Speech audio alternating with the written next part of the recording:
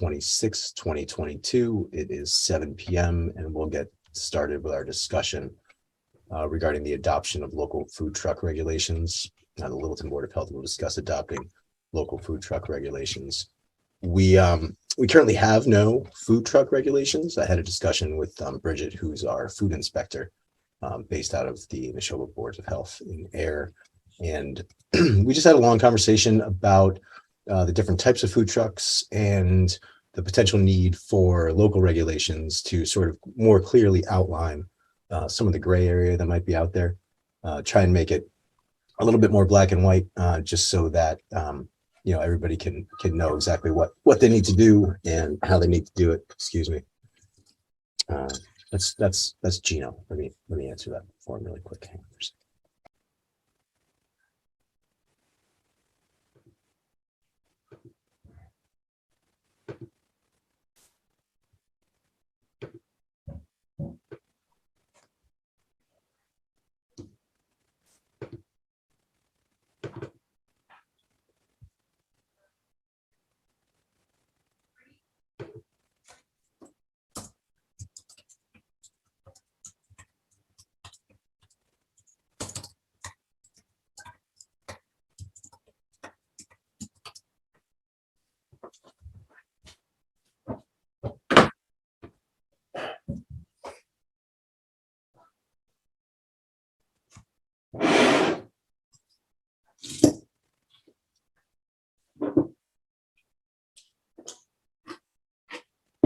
Sorry about that. Gino never got the agenda, so I just had to give him the meeting ID and the passcode.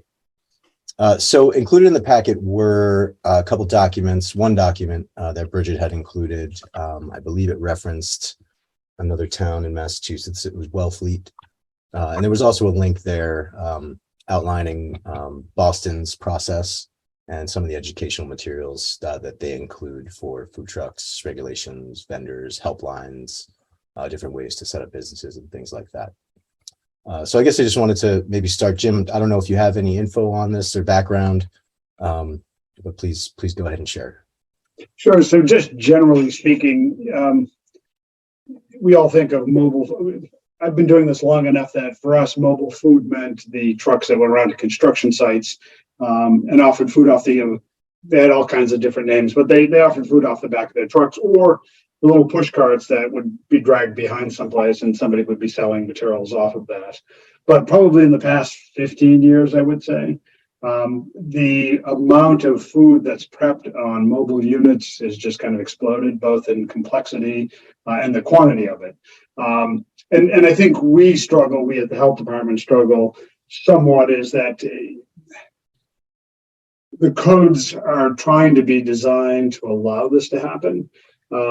When you look at a mobile vendor and you look at a brick and mortar facility, if you're a brick and mortar facility, the entirety of the federal food code and the mass code applies to, down to surfaces and plumbing. And what they try to do for mobile vendors is they try to obviously adapt it to a mobile operation. They try to, I don't want to say make allowances, but they try to figure out how you can comply with the public health standards in a mobile operation. So that's always the challenge for us. And so you have one mobile vendor in town that's over there on Great Road.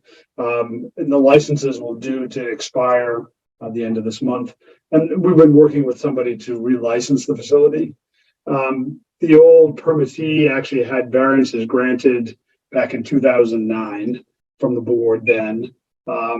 And was based on a letter we had received from the Department of Public Health about transporting. It used to be kind of more firm and fixed that a mobile vendor had to travel to a base of operation and back every day. And essentially the reason for that is that most mobile units don't have a lot of storage, so where you're storing your food, you usually don't have sinks that are large enough to do dishwashing, and so where you're doing your dishes, how you're cleaning the unit, because most of them don't have big enough waste storage tanks and water supplies.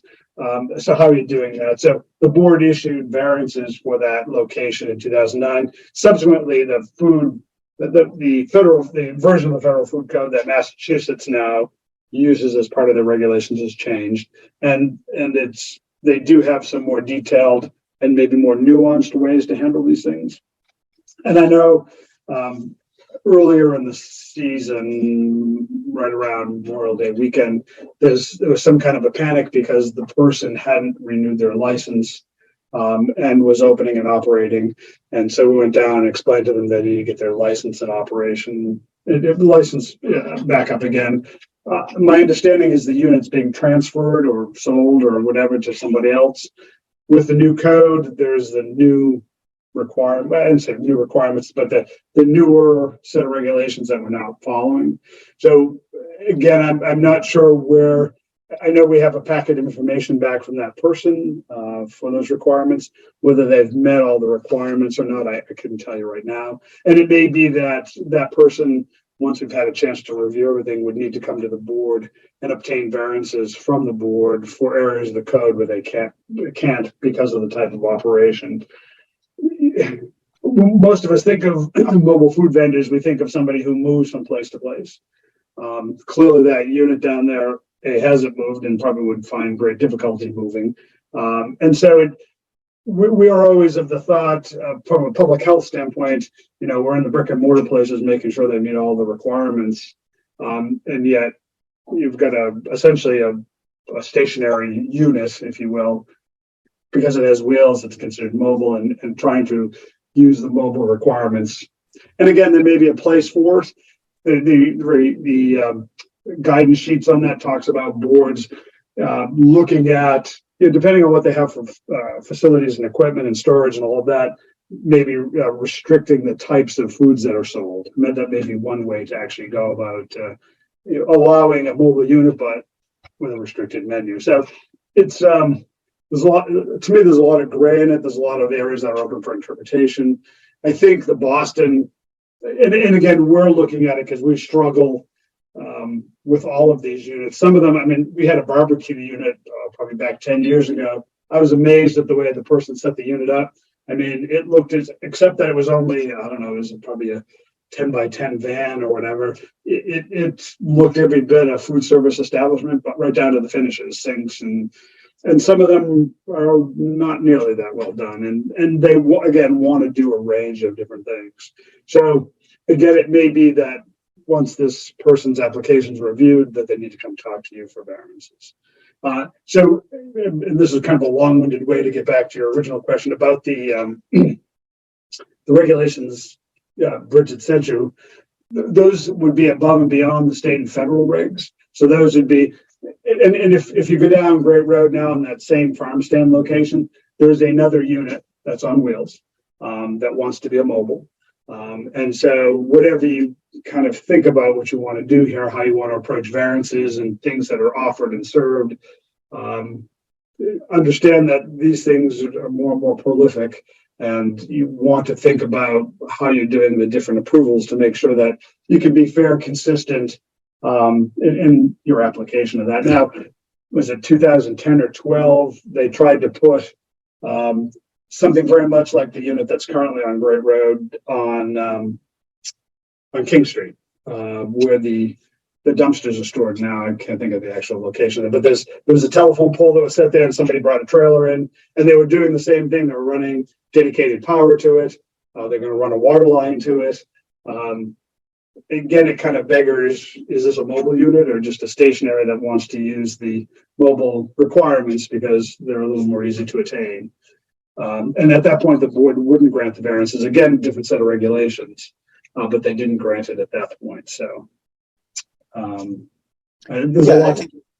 I think the idea behind it is just, it'll allow us to be fair and right. and sort of apply the same rules to everybody, right. Especially as we see more and more establishments looking to set up in town. It'd be nice to just get a little bit of a jump start on it and, set out our goals, what we feel is appropriate, and put it in black and white. So one additional document that I was looking for earlier today, and I did find it, and I can send it to you. It's titled "The Retail Food Code Standards for Mobile Food Establishments," and it kind of goes. It gives you a nice listing with the code sites of the considerations that boards would have when they're licensing these facilities. So after the meeting, I will send those to you. Great. And again, it's done in a nice kind of bulleted fashion. So instead of the 1 1/4 inch thick federal food code, it's 7 pages. That kind of gives you a breakdown with references to the full codes. Great. So I had a quick email correspondence with town council, Alex Rubin, and she actually had just put together a set of local food regs for another town. So I asked her to maybe prep something for tonight, and she told me I was crazy. And it'll probably be coming to us by week's end or beginning of next week. And then we can all review it and then, talk about any additions, edits, changes, reviews, things like that. As long as the board has an appetite to take on such a venture. One of the values probably in doing that is, if you take a mobile food vendor and park it across the street from a brick and mortar facility and let them kind of it's how many of these places, there's traffic considerations. I mean, that location down at Great Road obviously allows for the parking and people in and out, but it's almost, if you're going to allow somebody to be something other than truly mobile, if they're going to allow them to be situated in a place, you probably want to talk about to planning and the zoning officer and that, just to get a sense of what the implications of that would be. And so I think in those regulations, I think they do include those other town departments when you're considering where mobile vendors may set up.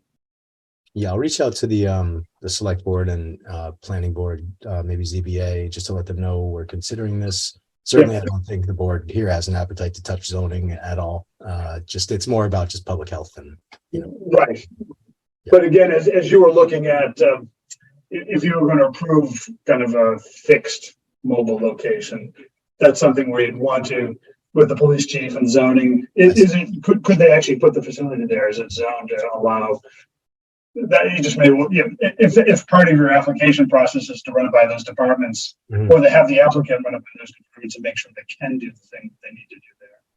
Yeah, that would be the way to go. Yeah, then there's no surprises. Right. Matt Wason, I saw you might have something there. Yes. Coming from Portland, Oregon, where there are hundreds and hundreds of food carts, I've seen all the varieties, and you're right. Sometimes it turns into a pod of several that appear to be quite stable. But even in those, I've seen them, they're there every single day, and then all of a sudden they're gone one day because they do pull them out. So you're right. The mobility is kind of business dependent and demand dependent. And so another thing I want to keep in mind is, I think a long time ago, Kevin, we popped up is, would there be a licensing fee for a food cart in Littleton? And I think we just have to keep in mind that their business might actually move between towns. And so I think we should also keep in mind, how can we ideally maybe make our regulations as parallel as possible to our neighbors, because those would be the most likely places that a truck would potentially move from, Littleton to Acton or Air or whatnot. And then, Jim, as you say, you're right, there are kind of degrees of it of permanence. And as you talk about the most recent document you'll send out, do you have anything already built that could be a tool for, as somebody puts together their plan, like those things you were checking off, like how much is your quantity of wastewater? Where are you going to get your fresh water? Do you have anything built by chance now that they could say, yes, I have a requirement for that, and here's how I'm meeting it, whether it's I take my trailer back to a home base every day, or I'm directly plumbed because of where I'm going to park it, anything like that? Or is that something we should look to build? So the federal food code talks about, if it's truly a mobile unit, about the waste tank that might be on the unit, the size of it. So there are those requirements. And again, there's some nuances to the new mobile. If they have a service operation, a place they go back to the day to clean, one of the things they may be able to do there is to actually discharge their wastewater. If they go to like a trail, it's a place with city sewer that has a facility for them to dump, that's another option. The one that's down the street there has, I think, a little blue boy behind it, which is. What is that? The little things they put under RVs, I think.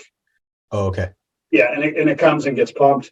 So I'm not sure that really complies with any codes. So those are things that I think may need variances if you're going to continue doing that. So I do believe they have permanent water from the farm stand. So I think it's just that I think because it would be kind of new to us. It's the, here's obviously the requirement, and here I am the food truck operator. Here is how I'm going to meet that, or here is the variance specifically if I would like to do it this way, so that we can have that kind of laid out. I'm just more worried about we only know as much as we know. So if we don't ask enough of questions or the right questions, I wouldn't want something to miss. And all of a sudden we look back and we go, oh, the last 6. As you say, we said nothing was wrong with those, and now that's probably not true. I think this document here, I think is a nice kind of like checklist in that regard to kind of force the thinking of you need this, you need this, you need this. And again, it would be something that a person who is designing a facility, a cart, could also use to help put together a plan for that cart. Cool. Jim, do you know if Groton has food truck regs? I don't know that any of our towns, as I said that real quick, I don't know if Groton does. I think Berlin has some regulation.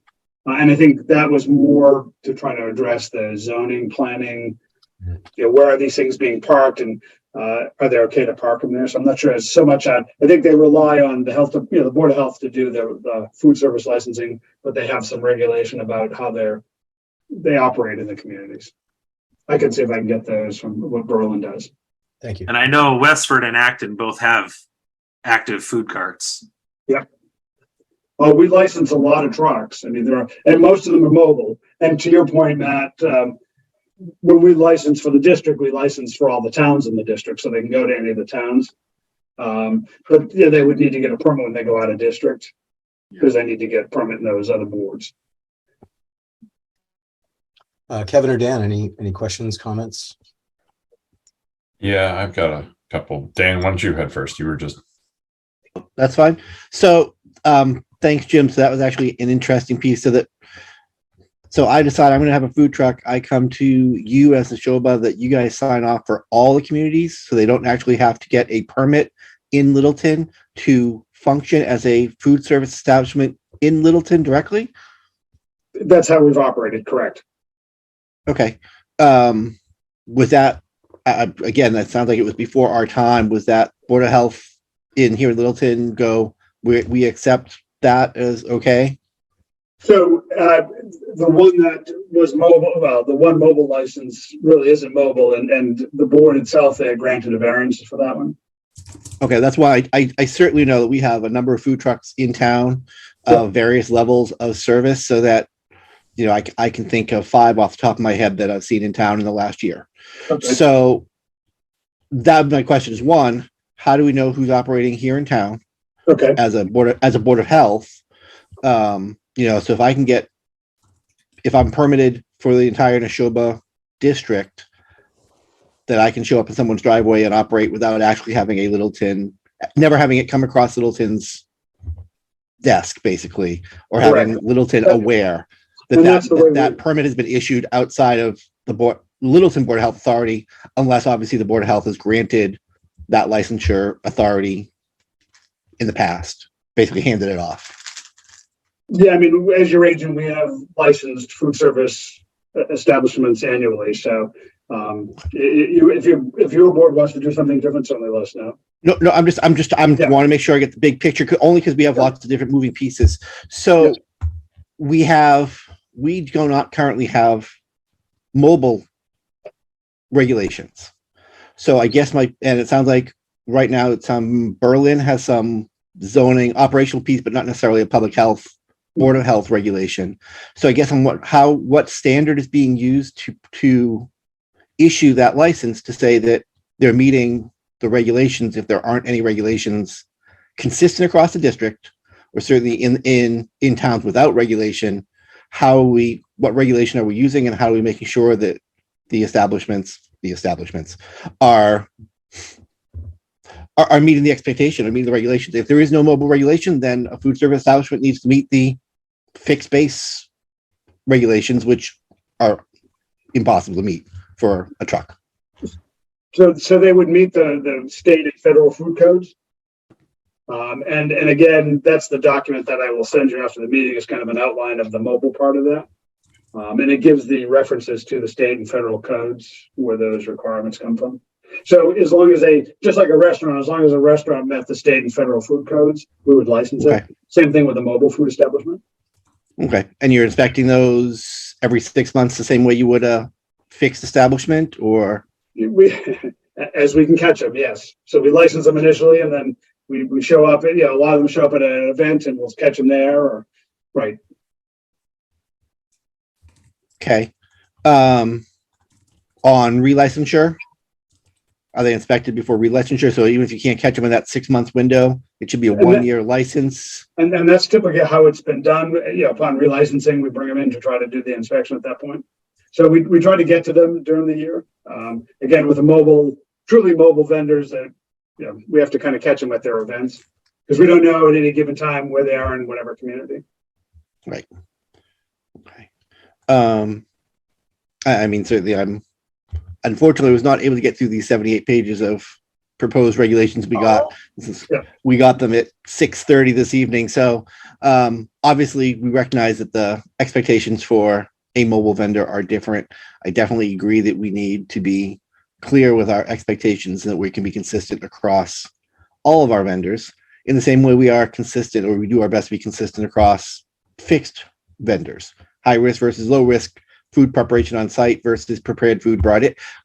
Standard kind of things that, our expectations going to be different depending on what is being done and the complexity of the food being prepared, all those great things.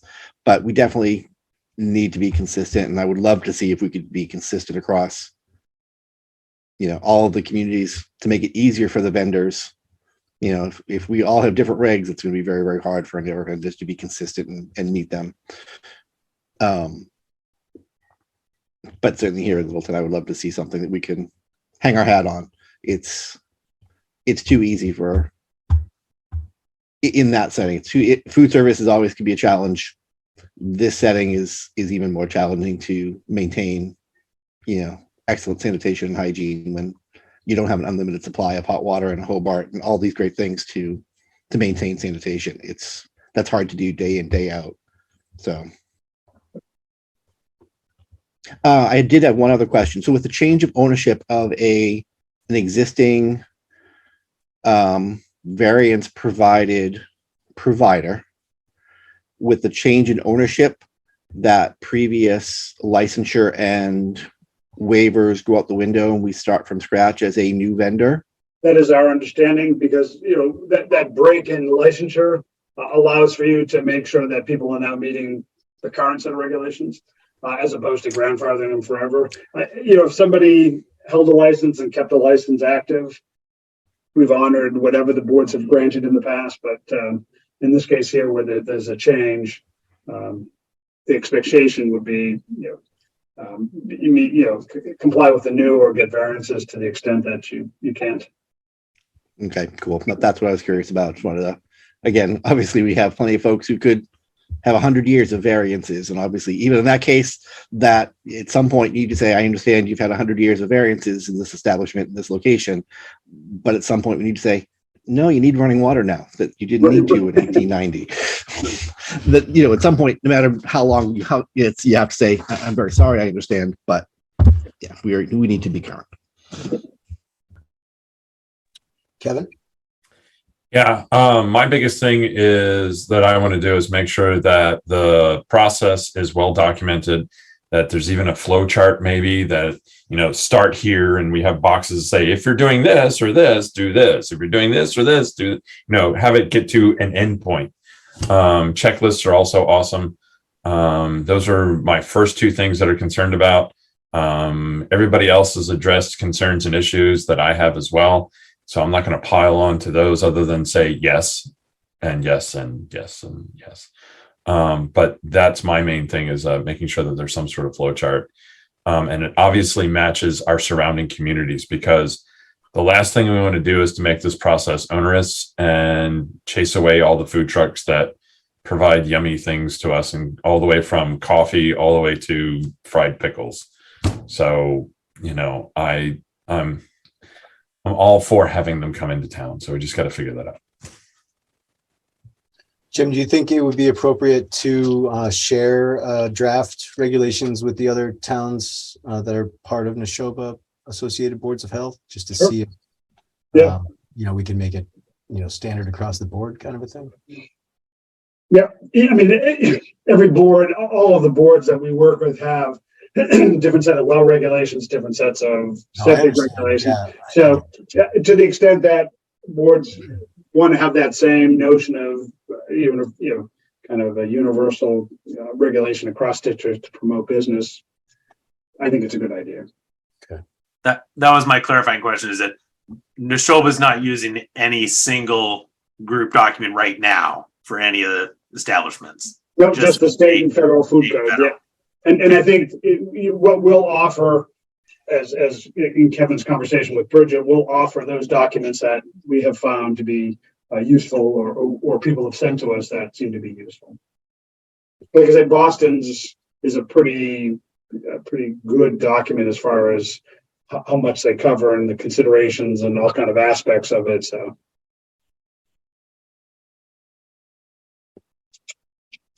All right, so I'll get that on the agenda for our next meeting, and we'll have a public hearing on that. So moving on, we have a 7:10 ID public hearing for the ID decision support tool. I'm not sure if everyone has seen the packet. The current COVID-19 case count in Littleton as of last week, actually October 20, was 25.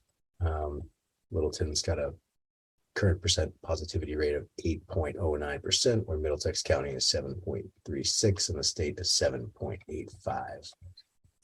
Matt Wason, I didn't know if you had a chance to review any data and take a look at the tool to see what's going on out there.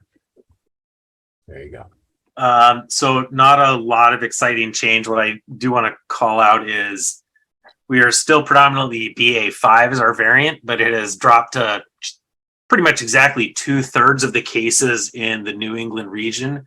And I think the curious thing is there's not really a clear number 2 variant. There are now 3, if not a growing 4th variant, that are all starting to pop up. 4.6 has been around, but now there's BQ1, BF7 is starting to show up, and then I forget the 4th one that's popping up. And there was a news article just in the last day or two about a potentially concerning variant that's in New York, that's most likely in the Boston area now, that may be much more immune to our vaccination than any previous variant. But again, these variants pop up and it takes a while for the data and the science to really inform us more about them usually. So I would say it's just a curious time where I don't remember this many variants starting to look like they might grow and become prevalent all at the same time. So I think it just raises my concern level a little bit. All of the rest of the metrics are kind of staying in the same category of the ICU bed access is in the yellow. Our CDC level is still in yellow. You see the Littleton 2-week case count chart on the right. It just bounces up and down around the 15 to 30. And then the wastewater numbers have dipped a little bit lower over the past week or so. But again, it's just a curious picture as to what next variant might pop up and what that's going to look like.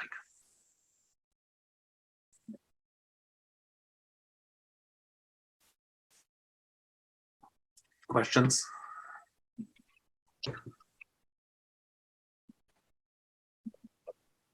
Sorry, Dan Kane, any comments? No, Kevin? No, thank you, Matt, pulling this together.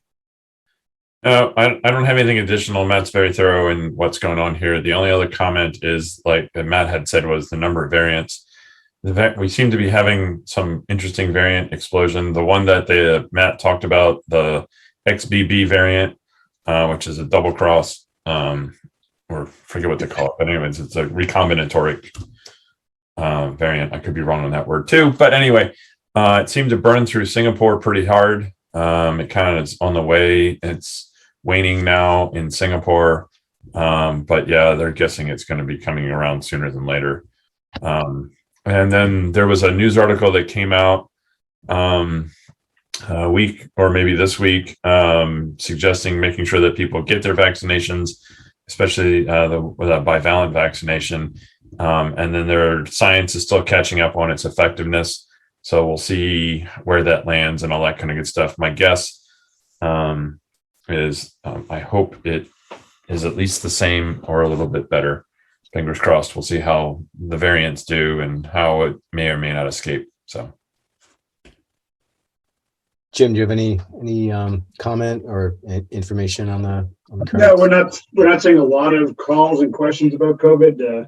Some of the other questions now are what is it, RSV, I guess, in children in daycare settings. So we're starting to get questions about that. And believe it or not, myself and public health nurse are trying to help advise daycare. And we looked all over Department of Public Health's website for guidance on that. Not a whole lot there. There's some old stuff from other state departments of public health, but a lot of guidance otherwise. So. And just to keep the board updated, Matt and I do have a follow-up with Lynn Snow, the Director of Health Services for the Littleton Public Schools tomorrow. She's just so fantastic. And we had a really nice, informative conversation with her a couple weeks ago, and she put together a bunch of information for us. And we're going to comb through it tomorrow, I think 4:00. And we'll report back to the board next time we talk. I think the crux of the situation is it's really hard to do any contact tracing when there's really no testing. And, we're in a situation right now. It's very much just dependent on people doing the right thing. But Lynn's going to fill us in on what they have going on and how we can maybe help them implement. So just want to keep you updated on that. If I could also ask about another infectious agent that I forwarded on that news article a week ago or so about, was it the Groton schools that got a bunch of kids got hit with the GI? So it was just something for me, relatively new to the board, and Jim probably knows all about it. But it was, well, how does something like that work? How does the communication flow? I found out because I'm a soccer coach, and through the soccer organization, they warned us that games against such and such town's teams might be canceled this weekend because 30% of the student body is out ill. And it was just kind of an interesting experience for me to say, how does the information flow? And is there anything that we need to be doing to make it better? Or it's also one of those, I assume the school nurses knew about it far earlier than I did, but I don't know that. And I thought it was an interesting time to just ask the question of how do these procedures work, and is everything working as best as it could? Jim, do you have any insight on how they handled that? Sure. So I got a call Thursday night about 11 o'clock, but I had already gone to bed. So I called the superintendent before 7 the next morning just to find out what was up. And that's when I found out they were lots of reports of kids vomiting and some diarrhea and looking to see, she decided at that point to keep school open. We sent a food inspector down because that many kids getting sick that quick, we automatically thought the kitchen. So we went down, did a full inspection of the kitchen, talked with the staff, did some investigating with the staff. And by noontime that day, I think they decided to close the school because the cases kept climbing up. I think they ended up with a little more than 200 kids out of a school of about 500. And so we then, I've subsequently followed up with the school. There was some concerns about plumbing leaks. There weren't any plumbing leaks. So we looked at all manner of concerns that parents had and the school may have had, and tried to go through and cross out what were concerns that we thought may have been associated with it. I inspected the school before they reopened just to make sure the bathrooms are operating. There's all kinds of little, and I was there Monday just to kind of take a look and see how the cleaning is done in the school between lunches and how the lunch line runs. And you get a sense of things like norovirus, how it would go through a group of kids really quickly when you stand there and watch them have lunch together and line up together and come into the cafeteria. So there's lots of bits and pieces of things. We also, once we had a sense of, by Friday lunch when we had done the inspections on it, I contacted the Groton Board of Health chair, kind of fill her in, tell her what we're doing. I tried to respond to all the parents who had questions about what's happening in the schools.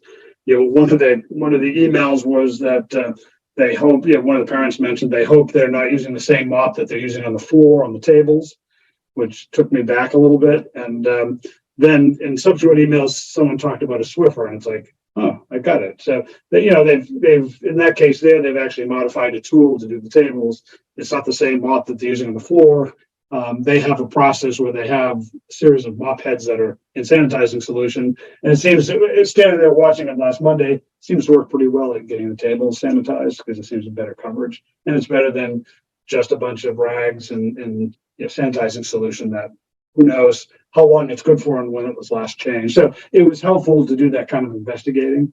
By the Tuesday morning when the kids went back, I think the attendance rate was back at above 90%, 95%. So it went through quick. Again, we tried to communicate out the Groton Board of Health. I provided an updated list of things that we had done. They put that up on their website so that hopefully people could go get some information that was factual as opposed to speculate a whole bunch of stuff. But we got comments from towns that whether it's league soccer or whether it's school sports, asking if there were concerns. So Thank you. So that's awesome. I figured all that was a part of it.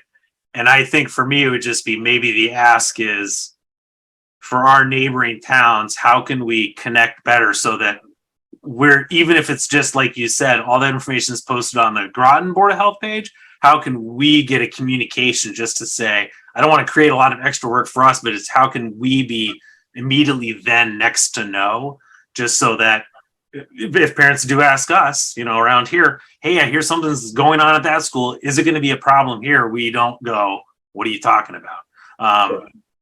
That would be awesome for me. Like I said, you obviously did the work and other people might have known about it through the communication chain. And I would just say, can we somehow get on that communication loop for our neighbors? And likewise, if something pops up here, I think we've got to make sure we have a way to get that information out to our adjacent boards of health too. Sure. So I'll think about that. And I mean, there would be nothing out of the ordinary to send the update I sent to the Groton Board of Health to other boards of health, except sometimes when you put information up, you never know how the information is going to be used. And I don't mean that necessarily in a bad way, but if I put it up there, do people look at it quickly and think there's a problem in the Wilson schools? So it's a matter of how you would frame that information for consumption in your community, the community that's not necessarily affected. Well, so maybe that would be one of those things that would be helpful because, in the school system, I'm sure they have a volume purchasing agreement that they have with the state, and I'm sure Littleton may use some of the same chemicals in their cleaning and sanitizing and things like that. And if a procedure is common amongst the schools and all of a sudden you found, hey, this batch is bad, us communicating up and out and around would be really helpful. Sure. So that would be really good. I was expecting when I heard that Groton on the news the next morning, that something was happening, I thought for sure I'd be getting some sort of email, phone call or something saying on Saturday saying, hey, we're aware of this. Jim's all over it. I'll update you with this and I'll update you with you if there's a concern. All those kinds of things that Jim can do. And I was expecting that to happen.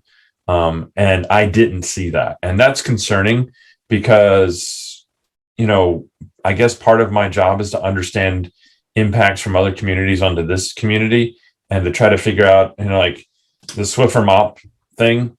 While I find that interesting that they're using that in a novel approach to clean and sanitize, has the vendor originator say, oh yeah, it kills bacteria and germs 99.999, like, whatever else, right? That would be something that I would be interested in because, it's just an interesting novel approach. I'm not saying we should recommend that, but again, Right. It's one of those things that I'm like, well, that's kind of interesting. Is that, does the vendor say that it kills that? Does the vendor say that it kills this versus what a Sanitab does or whatever else that's in the, in the industry? So yeah, that's kind of my concern there. Yeah, I did reach out to Jim Saturday morning and I did get a call back from him. I don't know that we ever really connected on it. So it's probably my fault, Jim.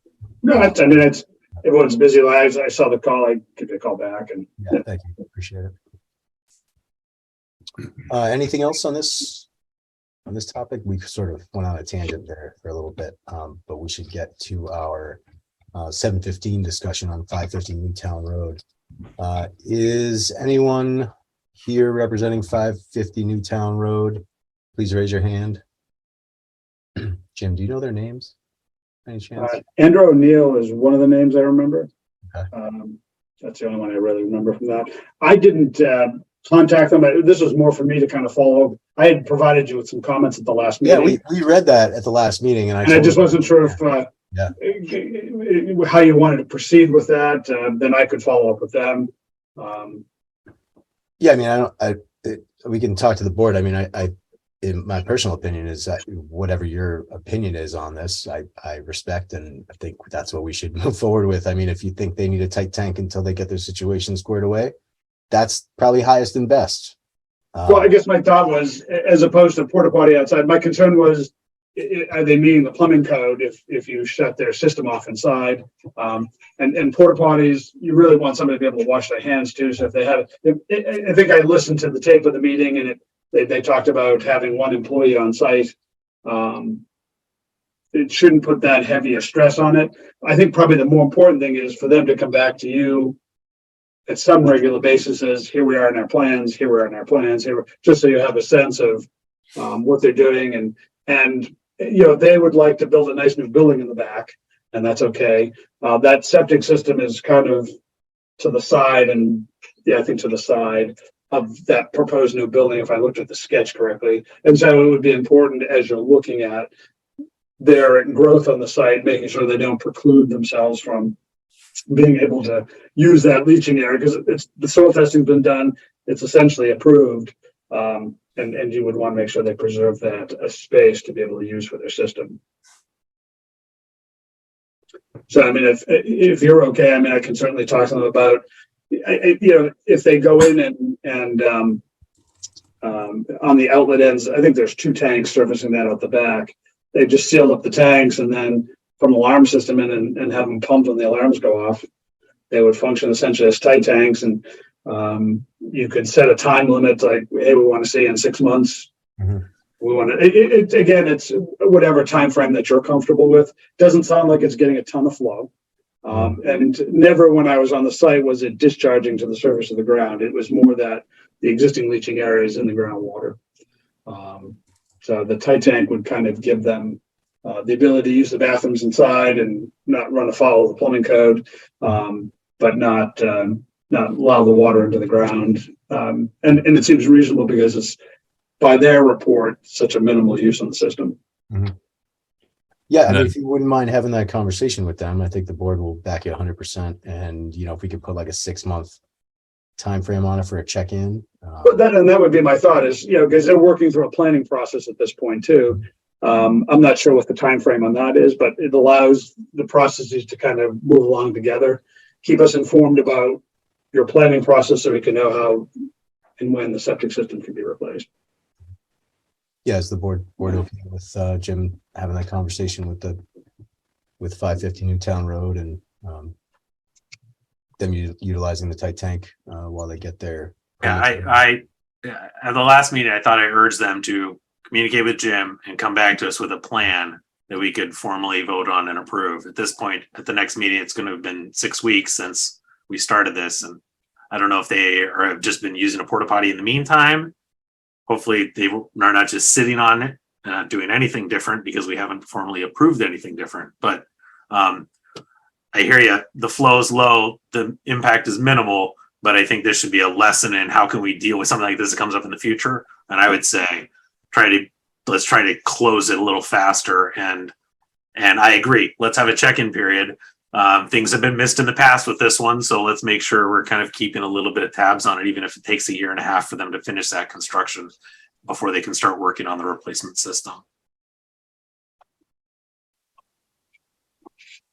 All right, and Jim, if they'd like to come to a meeting, just let us know and we'll get them on the agenda.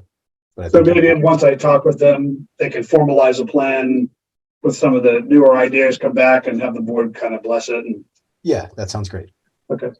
Sounds great. What's our best way to, just a quick check with the plumbing inspector to see plumbing code wise, it is still, the building is open to the public. They do have an occasional employee, but it's a storage facility, so it is open to the public, just to confirm, just to support our position of, you need to keep water running into the building. You need to be able to have, internal plumbing, certainly for this case where you're looking at, they're doing new construction outside, they're maintaining operations in the existing facility before they're even going to start construction on their new septic system. So this isn't we're turning the water off in somebody's house for a week while we do reconstruction or remodeling. Very time limited and recognizable. This is obviously a much longer project. Just want to make sure this isn't, that if the plumbing code supports this, it just makes it easier for us to be consistent and set the expectation that a porta potty is inadequate for 6 months, a year as their solution. I can certainly check with the plumbing inspector. Thank you. All right, we'll move on to our discussion. 7:20, we're a little bit late. Sorry about that. Discussion on 12 Field Lane, a discussion on deed restriction. Is anyone here from 12 Field Lane? Raise your hand. Nicole. Promoting you, Nicole.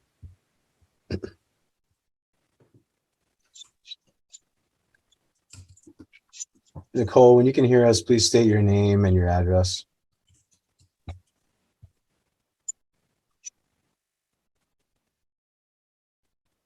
Can you see me and hear me all right? Yes, please state your name and address. My name's Nicole Camba and address is 12 Field Lane in Littleton.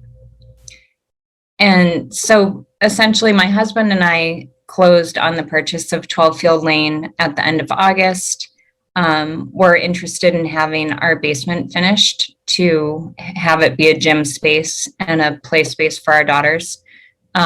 We reached out to Tim Galvin from Galvin Contracting, and he came out and, did a plan and submitted a permit.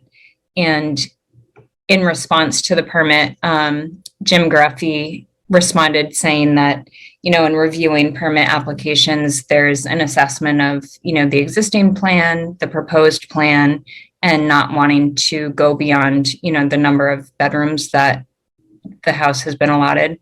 And he provided the calculation for that. So in preparation for this meeting, I submitted the plan that Tim created with the permit, as well as the floor plan for the house. And I don't know if you have that in front of you, but We have the proposed construction for the basement. We don't have the as-is existing as-built plan for the first and second floors. okay, because basically our second floor, it's a 3-bedroom house, but the second floor has 4 rooms on it. And then the first floor is an open floor plan with an office. So the living room, dining room, kitchen, and family room are all one big open space. So it seems like the second floor would be 4 rooms. The first floor would be 2 rooms. And then the basement is going to be one large finished open space, which would get us to 7. And I know in the calculation that Jim had provided, it said if the number is greater than 8, you divide by 2 and you round down, and the nearest whole number is how you arrive at the number of bedrooms. So that's our first, I guess, question is it's a 3-bedroom house. Do you have a copy of your as-is that you can share with us? Yeah, let's see. We might need to.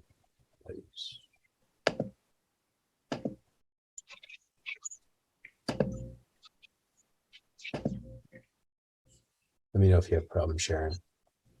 Okay. I had sent these to Brenda. Let's see. There we go.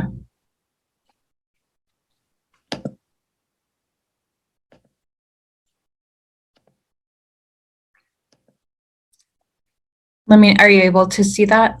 Yeah, thank you. Okay, you're welcome. So yeah, this is the second floor. So these are the 3 bedrooms. This 4th is labeled office bonus room. This is the first floor, where it's an open floor plan, and then there is a distinct room.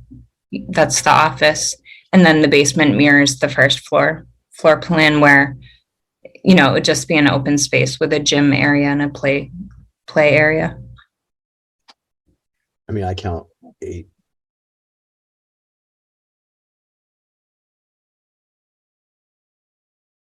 One, two, three, 4, 5, 6, 7, 8.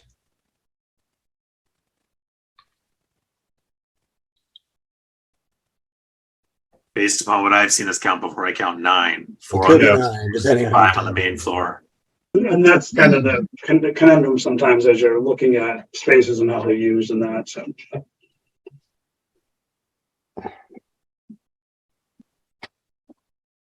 Right. Did this house already have a deed restriction on it? So that's the other piece. It's part of the Cooper Farm development. And so when I looked at the registry of deeds and pulled up the deed and title for the house, it has a reference to it being subject to the Cooper Farms Homeowners Association Declaration of Trust. And then looking at that, it says that all of the property had been approved for 21 3-family homes because it's a shared septic system, with each home being approved with a 3-bedroom, tank linking into that shared septic. Yeah, like honestly, I don't even know how your house got built with a 3-bedroom septic.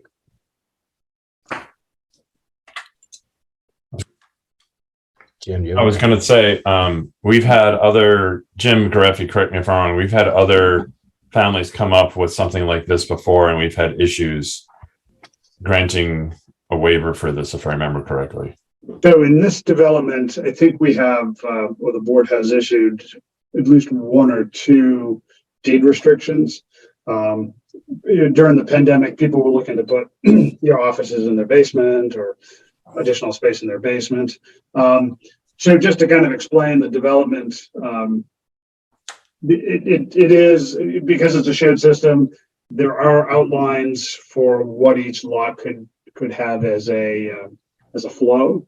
And so it doesn't really act the same as a deed restriction. It's just kind of outlining the rights that people have to that system. So if you're considering allowing the finishing of the basement, which would just be 1 big room based on your sketch, I think a deed restriction would be appropriate, since that's what you've done in the past, and it's on the face of the deed instead of having to dig through homeowners association documents and that. It's right on the face of it that people know that in fact this is a 3-bedroom. If I may, this does bring up a conversation we had recently that Kevin Davis was specifically pointing out about a new development that we were working on with a shared system. And one of the questions was, in a large shared system of multiple units, do we then automatically grant that variance to every single unit within that space? Or is it first come, first serve, and there's some limit? And we didn't have a clear answer to that because we weren't sure. And I would still have that question of, how far is too far for a shared system, and how do we know what's right? You said there are 21 units in this development. So that's what I don't know if they actually did develop 21 units. I believe the number is less than that, but that's what the homeowners association document says, that it had been approved for 21 3-family homes. So if I could, so there's I think that they changed the numbers a little bit. So this development was working on a permit that was that allowed up to 9,900 gallons a day, which is just below having to use a wastewater treatment plant. And so there is a portion of this development that's single-family homes, and then there's a portion of this that's a condominium. So the condominium is 1 lot in the homeowners association, and the condominium development has either 14 or 16 2-bedroom over 55 units. So collectively, I don't know, there's Yeah, so the flow works. They did the math, the flow works. One other thing I would say is that there is an operation and maintenance agreement on the development. And the last time I got a report, which was not too long ago, they were using about half of, the system is metered. It was using about half the flow it was designed for, which is about Title V. If you were to try to propose a flow, they would want you to double it. And so it's kind of working right in that time frame. So to the question about do you have to do it for everybody, the idea of a restriction, putting a deed restriction on is that everybody understands what the house could be. It's more to kind of alert others to what is allowed in that structure, so that hopefully it doesn't go beyond that. We'll never know what people do in their houses, and I always certainly take people at their face value of what they're trying to do in their houses. And based on the flow of the system currently, and I think there may be one unit left to build out there. It's operating at the flows that it was designed for, and it's not being surcharged. I guess that kind of gets to my point. In a single family home, if we don't know what they eventually do with the space, it kind of falls to that one home, and the impact is to that one home. In a multi-unit development, everybody has to share any problems that might come up. Right. And so I am a little more sensitive to it. And yeah, great, they're only using kind of half the capacity potentially, but as you point out, if they haven't built all the units, they still can build the units, because the original plans were developed for, it says 21 single family homes and 20 2-bedroom homes. And so the capacity is designed for that original plan, and that was approved. So correct me if I'm wrong, they can still go out and build all those without any other changes because it's approved still, correct? Yeah, I think there's just, and I could be wrong, one or two of the 2-bedroom units that haven't been built. Everything else has been built. Oh, okay. It's almost completely built out. Okay. Yeah, I mean, in regards to finishing the basement, it's just going to be one big room. I don't think it's going to be ever mistaken for a bedroom. The problem is, in my eyes, you have a wink, wink, fourth bedroom on the second floor, and that damage was done when this thing was built and permitted. So, what do we do? You have 9 rooms. I don't think you finishing the basement is going to turn it into a official 4-bedroom house. But, there's a problem along the way in the process. And now we have to deal with it. So, Jim. Yes. Can these people get another 110 gallons a day from the shared system? No. And what would it take to get the homeowners association to approve that? Like I said, I think it's so close that there's one unit left. There's no extra flow. Well, and Kevin, looking at this plan, we don't know how many of the units are exactly the same. They're pretty much all Effectively. like this. I've been in a couple of them. They're pretty much all like this.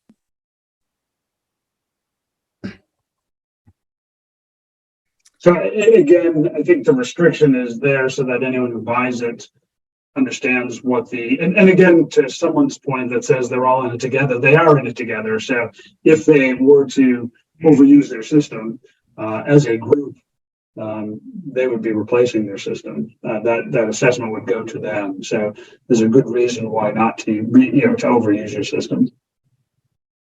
And again, based on the numbers we're seeing now, it's not being overused.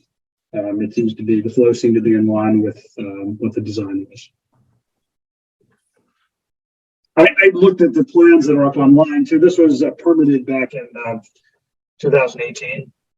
And so when I saw the plans up on the permit side, it's like, I was doing the sign-offs for those things for the Board of Health. So I was reviewing all the plans, and I thought to myself, how did I approve that?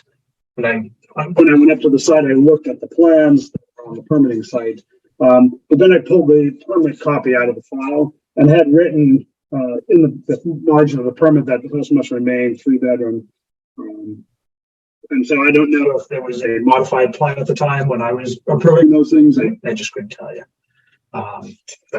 But yeah, that made me scratch my head a bit too. So I know sometimes we see house plans that come through with a future bonus room over the garage, and sometimes that future collapses pretty quickly. So Yeah, I mean, all you have to do is turn that door around in that upstairs closet, and you provide a closet for that bedroom up there. And then, so All So- right. Anyone on the board have a comment, question? Dan Kane, why don't we start with you? I think my question is certainly in the past that the basic kind of guidance that we have used is for the system. It's designed for 3. So usually it's double it plus 1 is acceptable, right? So if you have 3 bedrooms, the houses usually can have 7 rooms. And sometimes Is we that go better? to the eighth. So, Sometimes we get the 8th. so the way Title V is written for the counting of bedrooms, sorry, Kevin, to pop in, is Nope. the bedroom definition says that in houses that have more than 8 rooms. So Title V says new single-family houses will be designed for 3 bedrooms. But in houses that have more than 8 rooms, the way to determine the number of bedrooms is to add up all the rooms or room space, room uses, divide by 2 and round down. So we've generally, as a rule, said, as long as you have any more than 8 rooms and 3 bedrooms, within that, it's when you get to that 9th room on a 3-bedroom that's kind of how we've looked at that. Okay.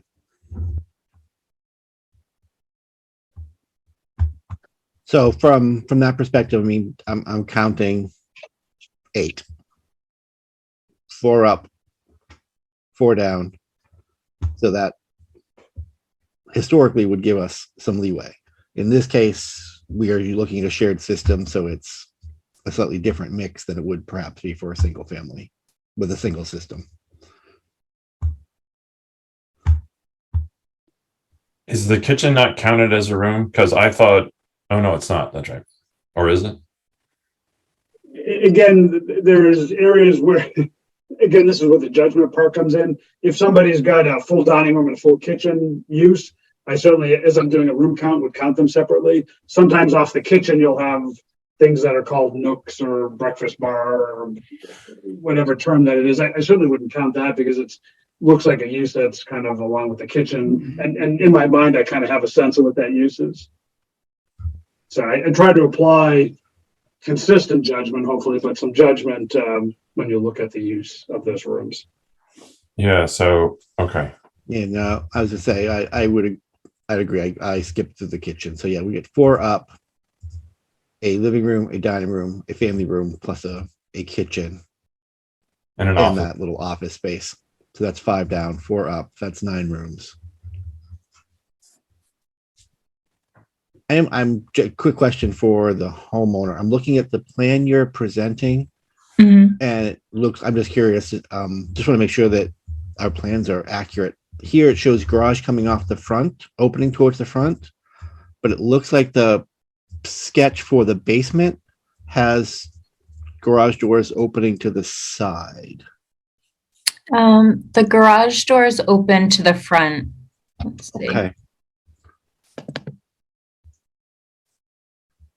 So is your, Because yeah, it looks like I those are garage think, doors at the very top of the screen there. I think I in don't I believe the plan for the proposal for what the basement will look like was pulled from the records on the town website. And so I guess whatever was on there, It was maybe the It original. was the pre-construction plan that they used just to, market the property and put it together. Then when they actually found out which lot they were going to get on Cooper Farm, they turned the doors around so they would meet the grading. Okay. Okay, so the plan that your architect sketched up for the basement is not completely correct then? Because it's showing garage doors going off to the side. It's not I actually. think dimensionally it's correct. I think Okay. the doors are just in the wrong place.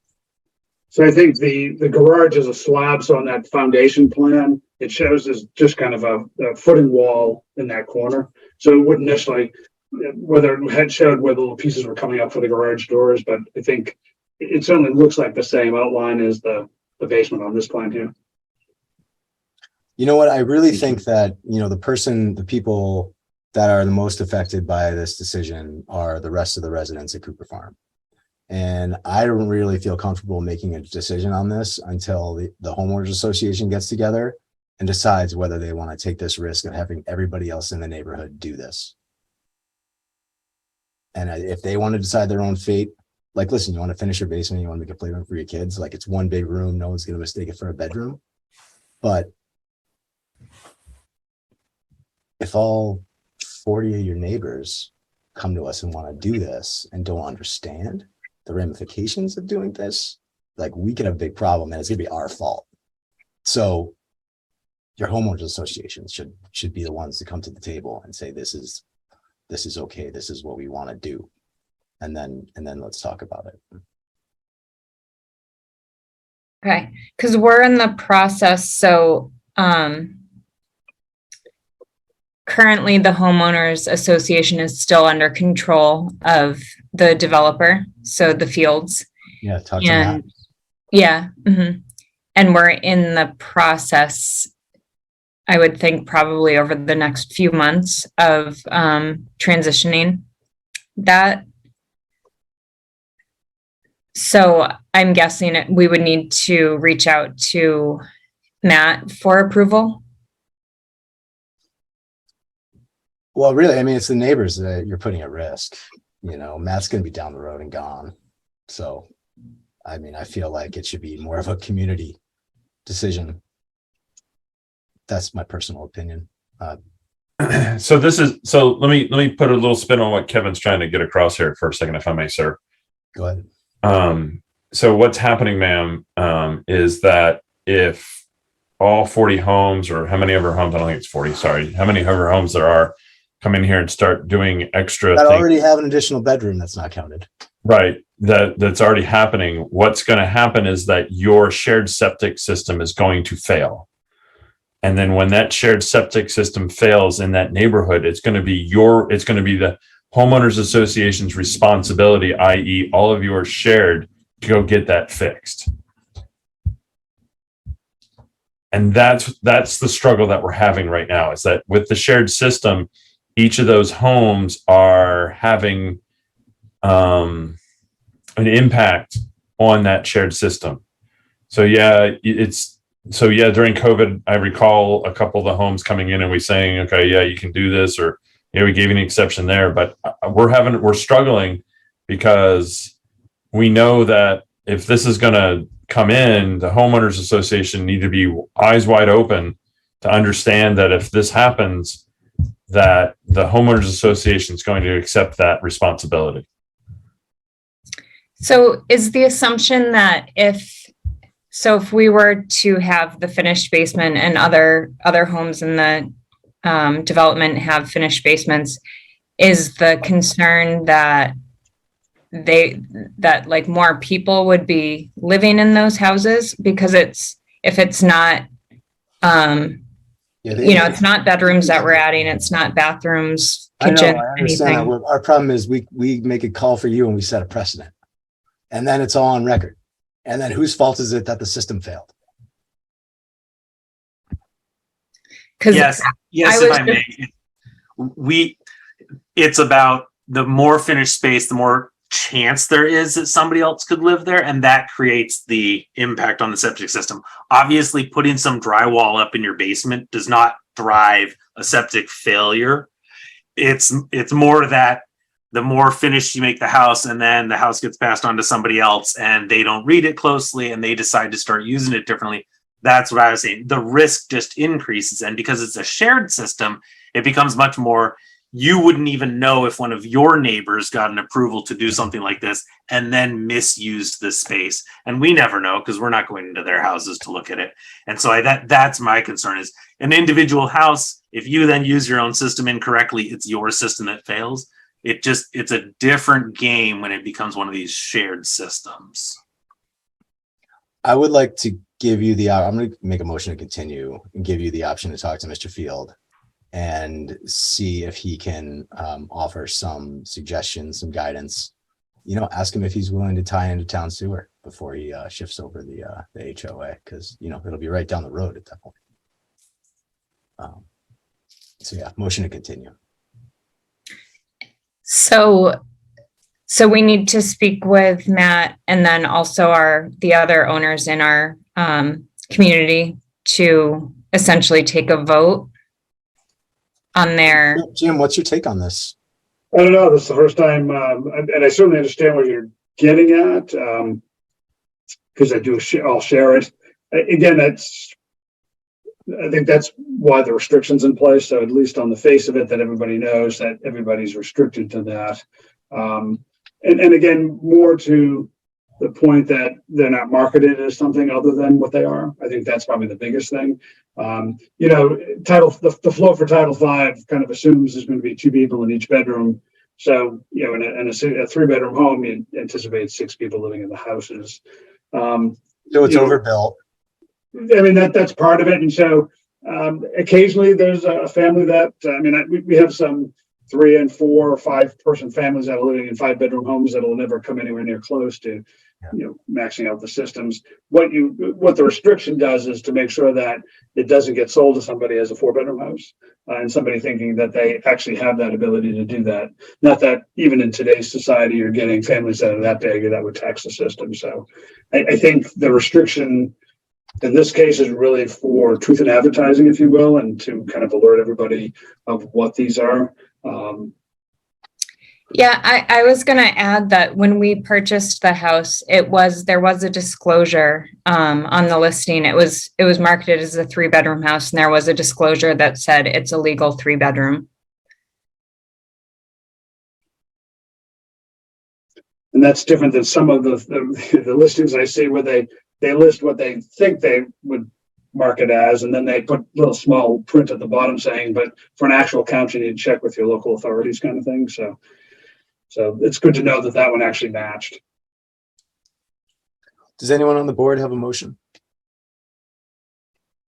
This is just a discussion on the agenda. Oh, that's right. Okay, good.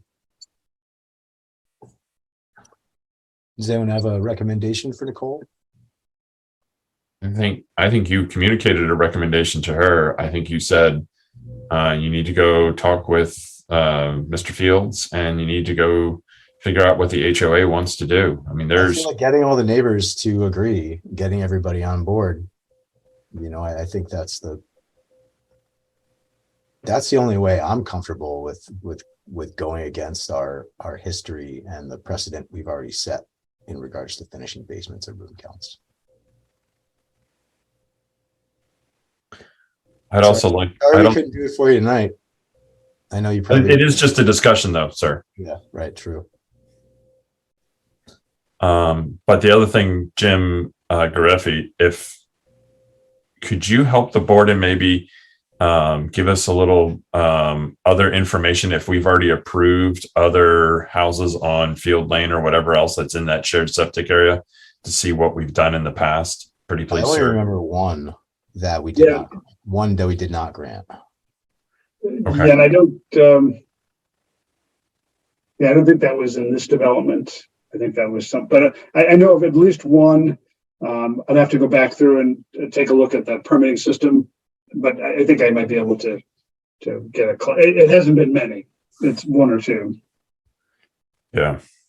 So I want to see if we've already let the cat out of the bag, shall we say, and then figure out how we stuff it back in if we have to. We know some of our neighbors, you know, as part of their construction had the basements finished. So there have been, you know, friends that we've been over. And then I know of one that since they purchased, they didn't have it finished, you know, as part of their construction, but have finished it after the fact.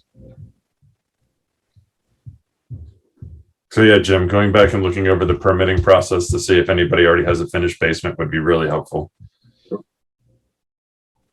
Then yeah, Nicole, if you want to talk to Mr. Field and see what the neighborhood association there is interested in doing, and then give us a call. We'll get you back on the agenda. Okay, will do. Thank you. Thank you. Pleasure. We have discussion on 26 Green Needles, 725. Is anyone here for Green Needles? Raise your hand. I put this on the agenda. So just go ahead. Yeah, go ahead. I don't see anybody else in the audience for this. Okay. So back in the summertime, there was an issue. There's a property on Green Needles that has a house by the pond And on the same lot is a house, a garage with an apartment over it up by the road. Both houses on the same property are connected to one septic system. All the flow goes to a septic tank and then pumps up to the leaching field, all permitted and all. This summer we got a complaint from an abutter that the water was leaking out of the pump chamber, as it turns out, because the pump chamber wasn't working. And so we did a little bit of investigating, and it sounds like maybe a electric bill wasn't being paid. Therefore, there was no power and the pump wasn't working and it was just draining. So we addressed that with the property owner who lives in Maine. And I've talked to her agent. The town found funds for the folks who were renting the building by the pond and got the power turned back on. So the problem seemed to go away for a bit. In the interim, I kind of explained the housing code implications to the setup. Housing code mentions that if you have, you can't cross meter. So if the property owner owns a property, they can't charge a tenant, either or tenants, all of the utilities for something that's shared. And in this case here, the shared part of it is the septic pumps. Mhm. So I sent a letter to the owner saying, hey, look at you really need to get that power pulled out, put on a separate meter. That meter needs to be in the owner's name. So this kind of thing can't happen. Again, I gave her a note, kind of explained what you needed to do. A few weeks ago, 4 weeks ago, maybe, got a call from the abutter again.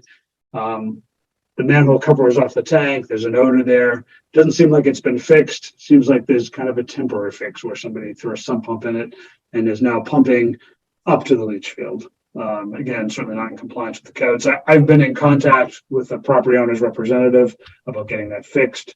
I don't know the family dynamics there, but she asked if I would call the person who is a family member who lives on the property to see if I couldn't try to explain why it is he needs to allow them to go down and fix those pumps. I've tried to call the person a number of times. I called the property owner's representative back and said, haven't had any luck. You guys just need to fix this, or my recommendation to the board is to take the matter to the housing court to get resolution on this. So what I want to talk to the board today, I'm going to continue to work with her to try to get it fixed. It's not discharging into the pond, but you've got an open manhole cover and you've got a pump in the pump chamber. And again, it's not complying with Title V, so it needs to be fixed, both for the odor, both for the safety, both for compliance with Title V. Has an order of correction been issued by you? A Yes. formal order of correction? Okay, Yep. no, just making sure that we're Yep. crossing all our T's. No, I here mean, on this one. subsequently I followed up with them saying, hey, look at, because it's the way it's set up and because the owner doesn't live in the unit that's paying the electric bill, it's a tenant, you need to separate those things out. So we had that issue with the meter, and now we have an issue with open manhole cover and non-compliant pump from the tank to the leaching field. So it seems like we're going backwards rather than forwards on this solution. Right. You've issued an order of correction. Was there a timeline associated with the order? Again, the initial order was to get the sewers to stop, and they did by getting the electric bill paid. And then I followed it up with a letter saying, hey, you need to do a permanent fix to this. And that wasn't so much an order, but it was kind of here's a list of things to do. You need to get it fixed. Okay. When was it that the manhole cover was open and the pump was, because that's, About 4 weeks ago is when I think I got the complaint on that. all right. And was that, I just want to make sure we're all good. Was that a, hey, you need to fix this, or was that an order of this is out of compliance, you need to correct this to bring this back into compliance, that this solution is not acceptable? So in May, I issued an order saying, hey, stop the sewers from going in the lake. They did. They got the power back on. It seemed to work for a while. In June, I sent them a follow-up saying, now that I understand the situation, here's some of the corrections you need to make so it's in compliance with the housing code. Again, the issue had been addressed. Now we're dealing with a housing code problem, fix the housing code problem. It doesn't sound like, and again, to talk to the owner's rep, it sounds like maybe this, I don't know how to describe it. It seems like a family thing that, and so she asked if I would call the person. and it doesn't seem to have been resolved. So that's why I think we need to take it to the next step. I was gonna say, yeah, so you've addressed one and they kind of fixed that by paying the bill. But now we have a new set of issues with an open tank and an out of compliance homemade do-it-yourself pump system.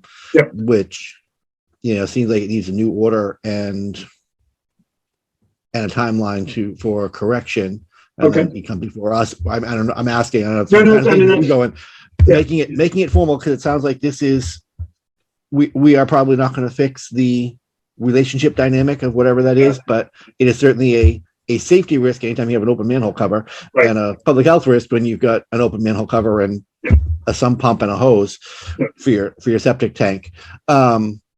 Just dealing with the public health issue as you have been of, how can we support your authority and exercise our authority as a board to make it right for that house and for their neighbors and for the water that's, a few feet away from their tank, I'm guessing. Yeah. So yeah, just how can we best support you? Is it an order from you? Do we need an order, a public hearing from us, or can we go? I can issue an order tomorrow saying, hey, look at, mention to the board, we've tried to work with you. Here's the order.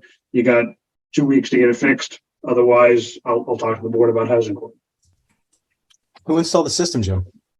The system's a number of years old. Let's see.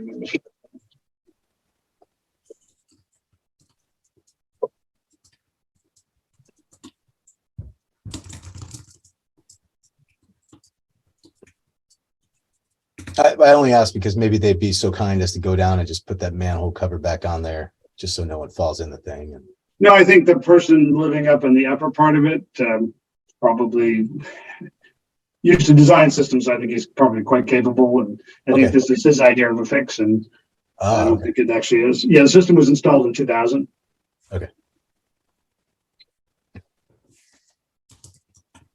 Well, let us know how we can support you further.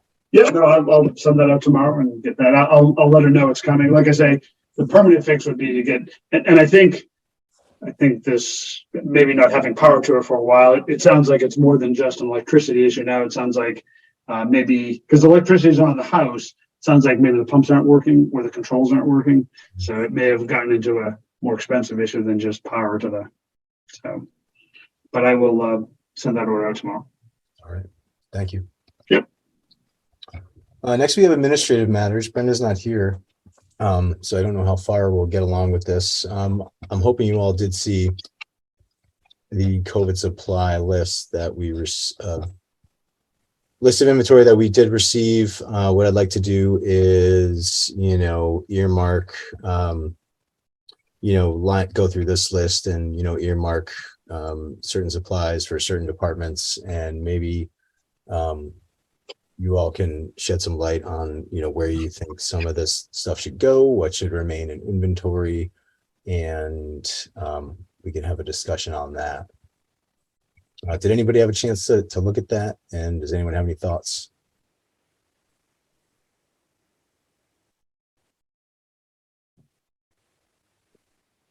I mean, the supply list is pretty limited. It's testing stuff, it's masks, it's a couple thermometers, and a whole lot of band-aids. That's right. So I think we can certainly have some mindsets, but I think at the moment we don't have an individual population or agency or department in town that really is in emergent need. I don't think we've heard from anybody. The school isn't saying we really need this, or the Yeah. fire department or is saying we really need this resource.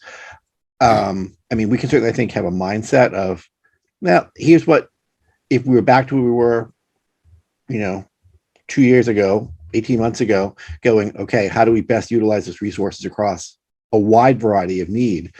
I don't think we're there. I'd almost say keep it as a cache that, okay, the school says, hey, we need this, where can we get it? And we can go, all right, let's go into our closet and pull out a supply. Here you go. Okay. And not have to go, oh, well, you need 1,000. We've got 500 in our box downstairs. The fire department has 250, and the building department, or whoever, the police department has another 500, so we can get some of it. I don't think we want to have to play that whole where they all go and now who's got them and how are they stored and how do we access them. I think at this point, without having a significant need in one place, in one agency, I'd say we keep them as a stock for the short term until they're needed, because we can certainly access them, again, assuming that they're going to be stored town hall Yeah, they're right in the closet, you know, down in the Board of Health. downstairs, right? Yeah. Yeah, so I mean, we can really access this almost any time, and certainly easiest case scenario, business hours, so that a request can come through. We can get these relatively quickly to anybody who needs them.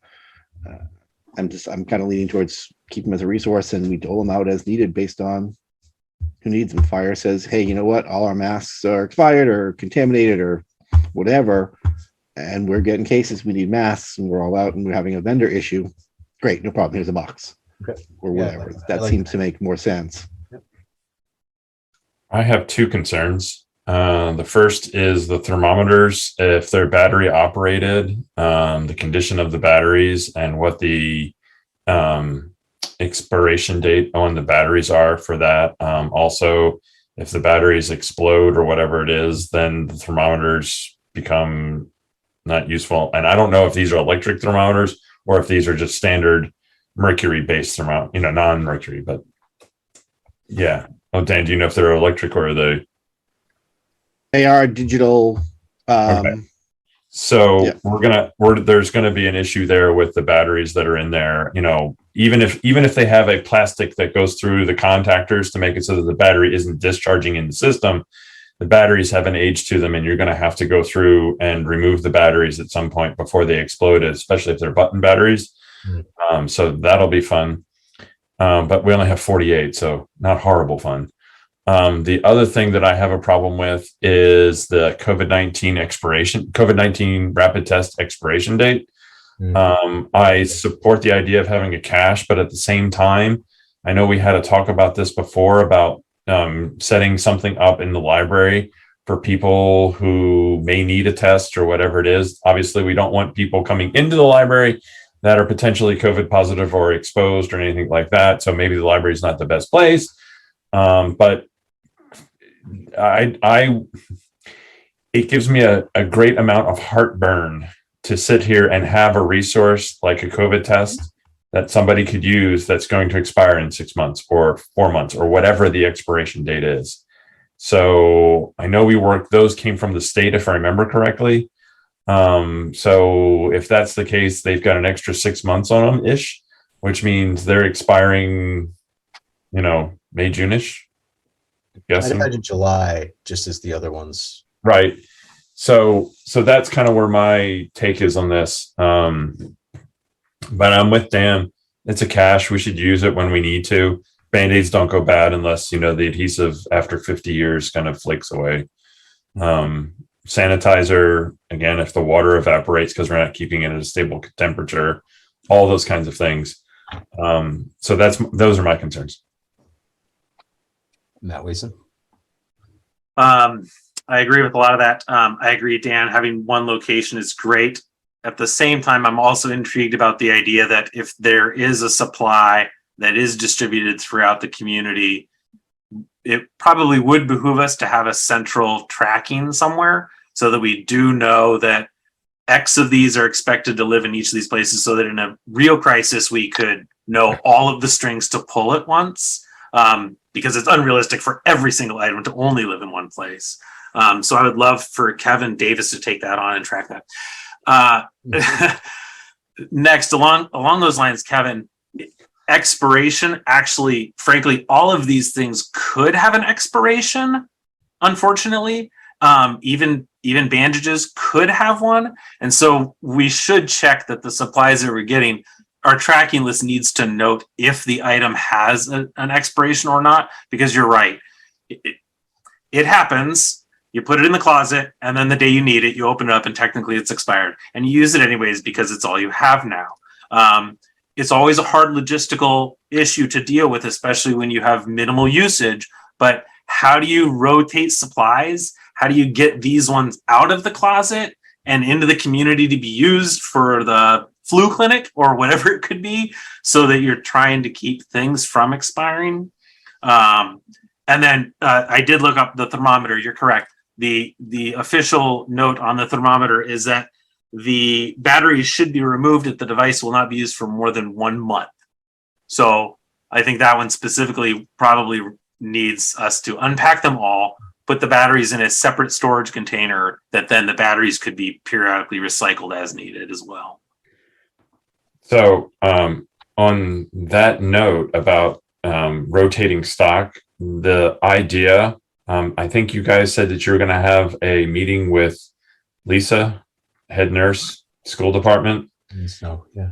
Gee, wouldn't it be great if we found out that the child masks expire in 6 months or 8 months, that we could maybe do an exchange with the school to say, okay, instead of using your supply, you use these first and you give us some of yours to replace those so that the expiration date is farther forward. It's an idea. I'm just trying to make it so that they have a possibility of use versus collecting dust. And I'll volunteer as tribute to remove the 96 batteries from the 48 things if we can't find somebody to do that, because I think we can pay other people in the town to do other things versus removing batteries. So that would be a good service project for some scouts or for some people inside my house that still need community service hours. There you go. Perfect. You're not volunteering my scouts, are you? I am not volunteering your scouts, sir. Not It at does all. look like it does look like they're double A. So I have a feeling if we pop one box open, we may find that they're not installed. They're just in it. Yeah. But Yeah. No, I'm with you on that. So, like I said, I'll volunteer as tribute on Friday to go down. Is Brenda in on Friday? I believe, yeah, town hall is open Friday until Okay. like 12:30 or something. Yeah. So I'll go down Friday and try to figure out, take a look at the batteries and send an email out, blah, blah, blah, blah, blah. So that way, at least it's done. But the rest of it, what? Thank you. Oh, you're welcome. But yeah, when you're meeting with Lisa, pretty please, Sugar. Lynn, yeah, I'll ask. We'll ask. Oh, Lynn, sorry. Lynn Snow. That's right. Sorry. Other administrative matters, it's become quite clear that Brenda has just so much on her plate right now, and the combination of that with sort of learning systems and proper procedures, it's taken a lot of time. So in regards to the new local SDS regulations, Littleton trash hauler regulations, I'm actually going to have Maren sit down with her and just walk her through the process of getting all of that legitimized and stamped and certified and published, so we can just move on and go to the next steps on each one of those issues. Again, we're way back. I asked her to add the approval of the meeting minutes to the agenda. However, there were no meeting minutes to be approved in the packet. So, we really need to get on the same page. I know there's been a number of public records requests due to other issues in town that are taking up our resources to get those things implemented in a timely fashion. So, there's no excuse for having these things still on the agenda other than there's just not enough hours and, people power behind this stuff in town hall. So. The packet does have minutes from October 12th, but I haven't had a chance to read them. Yeah, I didn't read through the October 12th. What is that page? 97? I skipped over it. 108. 108. I have 107 pages in my packet. That's no joke. they put out a revised one Oh, Yes. on the website. Or no, she sent out an email, revised one about 10 minutes to 7. Yeah, no, there's a revised one about 10 minutes to 7 that added those last 3 pages.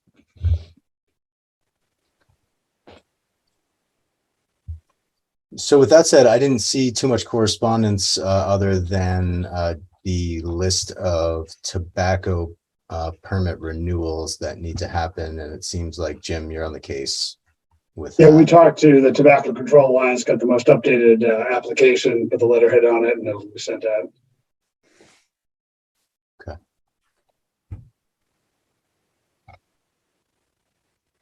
Does anyone else have any questions, comments, member updates? Anything else we need to talk about this evening or plan to talk about at our next meeting, which can be put on the agenda? And if not, we can entertain a motion to adjourn. I'll make a motion to adjourn. I'll second. All right, we have a motion and a second, starting with Kevin Davis, Kevin Davis, yes. Dan Kane, Dan Kane, yes. Matt Wason. Matt Wason, yes. Yes. Thanks, Jim, for all your help tonight. No problem. Thank you, Jim. Thank you, sir. Good to see you all.